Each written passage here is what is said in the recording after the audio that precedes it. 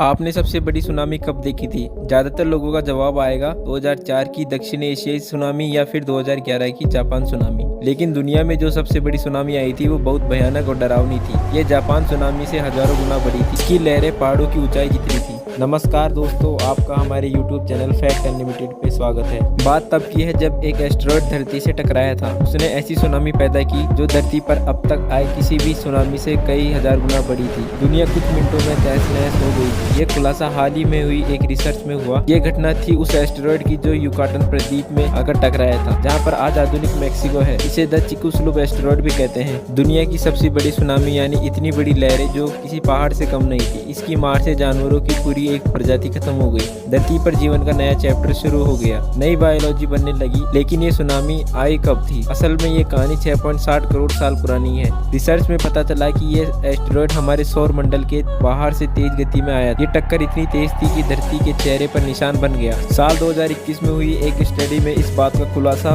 हुआ था कि इस टक्कर से निकली तिरंगों की वजह से धरती की ऊपरी लेयर में मेगा रिपल्स यानी महालहरें बन गई थी।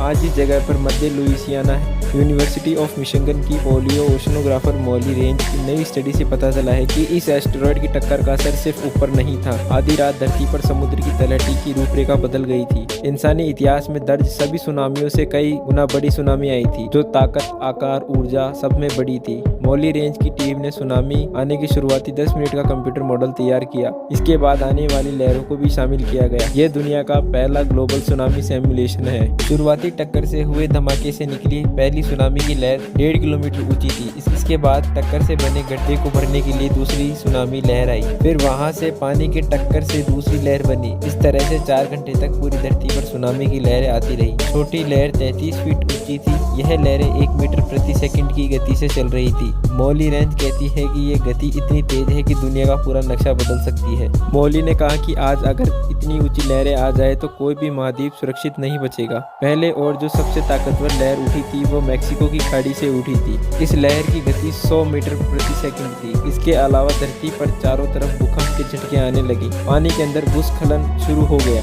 जिसकी वजह से सुनामी काफी देर तक आती रही। इसके बाद इसके सबूत न्यूजीलैंड के पास द्वीपों पर मिले हैं। यानी घटना स्थल से 12,000 किलोमीटर दूर तक विशालकाय सुनामी का असर था। इसके गहन अध्ययन के बाद अब पता चला है कि कैसे दुनिया में सबसे बड़ी सुनामी आई थी। इस तरह की स्टडी इसलिए भी जरूरी है क्योंकि जब आप पहाड़ों का अध्ययन करने जाते हैं तब पता चलता है कि वहाँ पर कभी समुद्र था या उसकी लहरों का असर आया था। साथ ही सुनामी के खतरों से बचने का मौका भी मिलेगा। कैसे सुनामी से बचा जाए ये भी पता चलेगा। ये जानकारी भी हासिल कर पाएंगे कि कितनी बड़ी सुनामी कितना ज्यादा नुकसान पहुंचाएगी, क्योंकि आप सबसे पहली लहर से ही अंदाजा लगा सकते हैं कि पीछे कितनी बड़ी मुसीबत है।